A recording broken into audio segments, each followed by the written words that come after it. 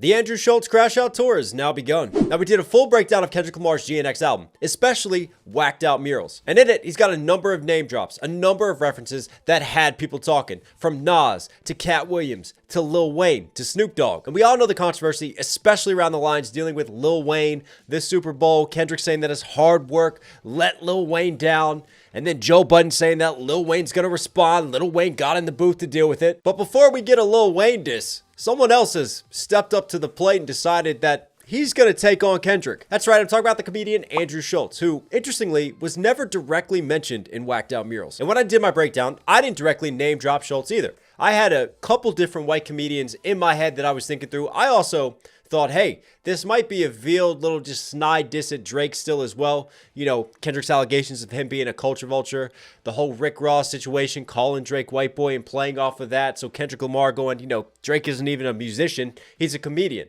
right? So tying into just that and Drake with women and just a subtle innuendo diss thrown at Drake in that way. Because, hey, it's Kendrick. Kendrick can be direct, but he can also be symbolic. He can also be more metaphorical, more abstract with his disses. But one comedian specifically that people were talking about that Kendrick could be talking about was Andrew Schultz. And the whole reason for that was because he went on a podcast with Shits and Gigs and made these comments. What is the black girlfriend effect? This is you don't know about this. Glow up the other culture. Yeah, so you'll see a guy who's had a black girlfriend, all of a sudden he's got buzz cut, like clean shape up. Because they're so stressed being around this black girl complaining about shit all the fucking time. That's why they gotta shave their hair. Nah, bro. White guys with black girlfriends, they grow step, a beard because there's more cushion when they get slapped the fuck out of. That's hilarious. I think the black girlfriend effect. It might be a protective instinct, bro. Which, if you actually dive into Kendrick Lamar's lyrics, it's not the shots he takes at the white comedian, it's the ones who are giving the white comedian the pass. In this case, you have the duo of Shits and Gigs who seem to gaslight Andrew Schultz's jokes and just laughed along to it. Hence the slide on both of them. Now, since that controversy dropped, they have actually come out and apologized, saying there's literally no excuse for them going along with those jokes. The niggas that coon and niggas that being groomed, slide on both of them. But again, I think the key is that he doesn't actually name drop. He still doesn't name anyone directly. So unless we talk to Kendrick or he clarifies it, we still don't know who he had in the scope in that situation, because it could have been that situation or it could have been a completely different situation. But in walks the opportunist of Andrew Schultz, who sees a chance to make this narrative and to make the situation concretely about him. And look, what's interesting about comedians and rappers is that both are used to firing insults. Both are used to being in battles of words. It happens. So there's actually more crossover than you think between a comedian and a rapper going at it and dealing with each other. So I'm not surprised that Andrew Schultz wants to step into the ring and fire some shots back at Kendrick Lamar for a perceived slight that he has. So let's dive into this and just see what he had to say on it. Listen, rappers are telling comedians we need to be more respectful to women. So we gotta sit back and reflect. Yeah. Do you know what I mean? They're the most pious group. Listen, nobody has respected women more. Through art. Yes. Than rappers, okay? Absolutely. So I completely understand how a rapper could look at a comedian telling a joke and be like, yo, y'all need to switch that shit up. Yeah. How dare y'all keep saying your wives are annoying? You know, be more like us and, you know, bitches ain't nothing but hoes and tricks. I beat my bitch with a stick. What? You can lick on the nuts or suck the dick. I beat my bitch with a stick. What? Did you just think of that? That's a He's spitting bars. real lyric. Oh, wow. Yeah, that's a real lyric from music that protects women. And for decades, protects what. There was no sarcasm used in the joke making of this at all. And listen, right now the guy on top, Kung Fu Kenny, He is the guy on top. He is the guy. he is making sure that comedians, he put a law in. Yeah. He put a law in place. All right, let's see the exact line, Playing okay? on the law thing, isn't it? Don't let no white comedian talk about no black woman, that's law. Now, technically speaking, if we're going off of grammatic English, Okay. he is saying, I can talk about black women, and that is law. Don't let no white comedian talk about no black So woman. he's basically saying all white comedians Are only allowed to talk about black women. exclusively. That's what I'm talking about, Kendrick. We're back. That's what I'm talking Is he trying to negate the double negative? about. It's a law. Finally, he understands It's a it. law. Now I understand why he's doing a comedy with the South Park creators. That makes Because sense. he appreciates white comedians that make fun of black people. There you go. And they've done that brilliantly for my. decades. Yeah, that's true. And he would never want to, break one of his own laws. No, that's That's true. I mean, didn't they have a character called Token on the South Park show? Yeah, they do. Which I'm sure Well, Kendrick is that's a big South Park, fan huh? of. That's true. He must be a big fan if he's true. going to do a comedy with them. I mean, we can look that up. Apparently, he has a comedy coming out. Yep. Yeah, that's fact. But Al, you're getting groomed right now. We need to ungroom you. Yeah, you are getting We need to groomed. ungroom you right now. Let's see. Okay? I mean that Blizzard, because he sent people, he said slide on. What he said, slide on, where's the line?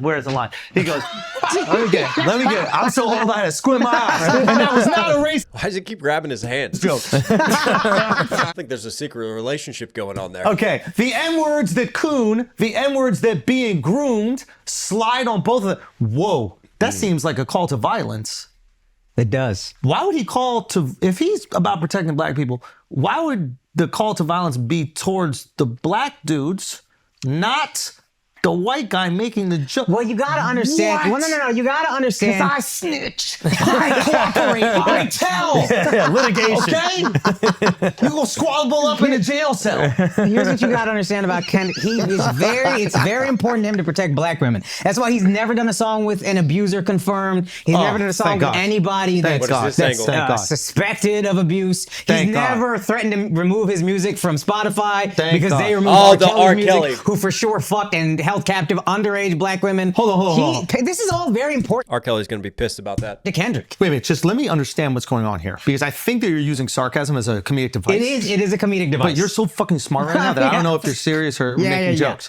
Are you saying that Kendrick Lamar put it on wax that he is protecting black women from white comedians' jokes, but not the kidnapping, molestation, and Oh yeah. of R. Kelly? And actually, in reality, he would Okay. take his own music off Spotify to protect R. Kelly? Yeah. Someone who's kidnapped, A sexual molested, predator, yeah. and black women? Oof, children. Are you saying that he's done songs with other men who have potentially put hands on black Not women? potentially, confirmed. Wait a minute, convicted? Yeah, I don't know what you call Chris Brown, but yeah, whatever that is. Not breezy. Not breezy. I took a picture. So, logically, it's called a whataboutism. So this is basically a classic ad hominem attack, right? Let's say someone has a critique of an action that you've taken.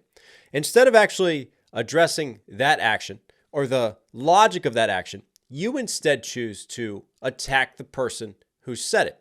And you try to distract and you try to point out flaws within that person, within their character. So the audience then doesn't trust the speaker. So the audience views the speaker as hypocritical. But the thing is, you're still not actually addressing what's been said about you.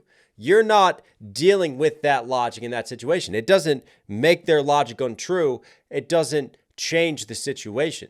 You've just red herring the argument and you've just flipped the narrative with a bunch of whataboutisms. What about the misogyny that happens within rap music? What about the R. Kellys of the world and the Spotify situation? What about the Chris Browns? And that's not to say that there aren't valid points that he's making within these situations, right? R. Kelly deserves to be behind bars for a long time. He's a piece of shit. I don't think anyone condones the violence of Chris Brown and Rihanna. And yeah, even I've spoken out against the misogyny and over-sexualization of women that I found within a number of rappers' music. But that's the beauty of using whataboutisms as a device for argument, right? You say things that you know are going to get an audience riled up. You say things that you know you can get an audience to agree with. And yet again, all you're doing though is still distracting from your own actions, right? He's still not taking accountability for his words and what he's saying. Instead, he's just firing missiles and firing away at Kendrick Lamar. But we're not done. He's got more to say. Let's check out some of this. Up in that ass. Yeah. I mean, it's crazy. He didn't- But I need Kendrick. I need you to do it, Kendrick. You want to squabble up with I Kenny? need no. I mean, here's the thing. This is the thing that is kind of funny. He's a very touchy guy, isn't he? That's a possible future setup for lawsuits. It's like first of all, Kendrick's people and the gang affiliate, everybody, his security, they will kill me. They will destroy me. They'll find me in the street. They'll fucking cut me up. They'll shoot me. They'll do whatever. I'm not a tough guy. Y'all would do.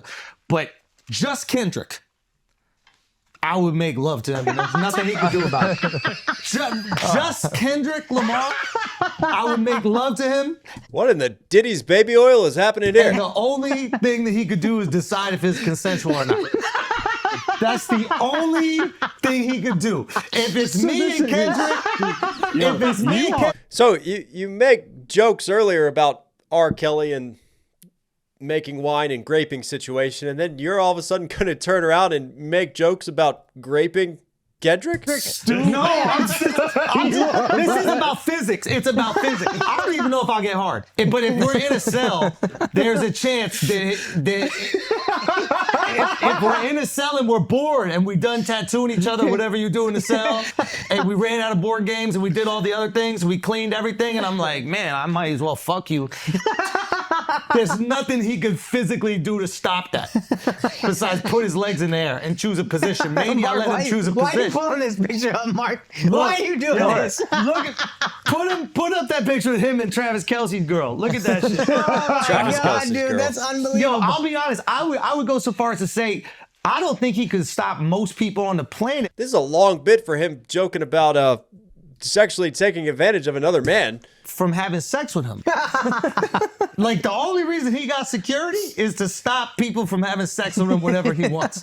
Now, don't get me wrong, there's people who could fuck me against my will. I was in an elevator once with this drag queen, and this motherfucker was like 6'5". Right. Well, you know, that's comedy. And look, I get it. There's going to be some incels who are going to even be in this comment section, and they're going to be applauding this. Freedom of speech, baby. 100%. Like, let the man be a comedian and make jokes about this that are just like, I don't even know how you subjectively find this funny. I mean, objectively, it's kind of weird. It's a weird rant and bit to go on. So you get dissed by this guy, or you perceive that you get dissed by him, and then you turn around and talk about wanting to make love to him and being trapped with him, and then forcing yourself upon him, and that's the spin that you're going to take on it? I mean, I get the whataboutisms, and I get the red herring arguments, right? That's one way to deal with this situation and to attack it. I'm not justifying it. I'm not saying that that's the right way to go about it, but I understand that approach logically. All of a sudden, you go from A to B to we're going to be sharing a cell with Diddy soon after this? But Epstein's flight logs aside, I mean, you look at the root of what he's saying. Like, Kendrick is so small that he can do whatever he wants to him physically, right? He can bully him into anything. Looking at the R. Kelly angle, the Spotify angle, those types of disses. It's like he's just following Drake's playbook of disses that he used in his tactics against Kendrick. And, well, we've seen how well that's gone for Drake. But what I do find funny is, obviously, comedians are used to insults. They're used to walking controversial lines, right? Comedians are normally bastions for freedom of speech and seeing how far we can push what we can and can't say as a joke. Now, I don't want to take away from Andrew's right to make a joke, to say what he wants to say that he thinks is funny and has humor. But I'm also not going to take away from anyone's right to criticize him and for the backlash that he's receiving when he makes tone-deaf jokes. I just think that overall, if you look at Andrew's actions right now, I mean, he went on like a 20-30 minute rant on this podcast, just having different bits around Kendrick Lamar responding to the situation. Since then, he's taken to Twitter and he's firing shots and he's going on and on about the Kendrick Lamar situation, trying to justify what he said, justify things the way that he sees it. And it's just funny because it's one line and it's one bar within a song that all of a sudden seems to have justified this just explosive reaction from Andrew in this just diss Kendrick tour that he's on. And it's ironic that someone who runs a podcast who, you know, one of their whole bits is criticizing this sensitive culture under which we operate. People are too sensitive now, right? They're too woke. It sure seems that someone is being very, very sensitive and a little emotional over a single line that didn't even directly mention you. And I get it. Everybody's talking about Kendrick Lamar's album. He's one of the hottest artists right now on the planet. So Andrew Schultz has a great opportunity to try to take some of that media coverage, to take some of that attention and direct it towards himself. But I just feel like if you wanted to take the, defending his right as a comedian, defending his freedom of speech, there's all kinds of ways in which you can go about that without the whataboutisms, without the deflections, without the massive crash out and the 30-minute bits and the joking of graping another man. But that's me looking at it logically. I forget that this is the world of social media. This is the world of drama and just saying wild-ass stuff to get attention and to engagement farm and get clicks and views. But I digress. What do you guys think? Let me know in the comment section about the situation. Do you agree with Andrew? Do you agree with everything that he said, the way that he's gone about this? Or do you think he could have handled this better? Do you agree with Kendrick's remarks? Do you even think that Kendrick is actually dissing Andrew, or that he has other people in the scopes and Andrew is just making the situation about himself? I don't know. Comment down below and let me know. But anyways, I love you guys. Look, if you're here at the end, do me a huge favor, support the channel directly, subscribe, notifications on, really does go a long way. Also, don't forget to copy your hats, your hoodies, your shirts, knoxhillmusic.com, wear the merch, support the brand, rep it, get it out there. It all goes a long way. It all helps support. All right, guys, I love you. I'll catch you again.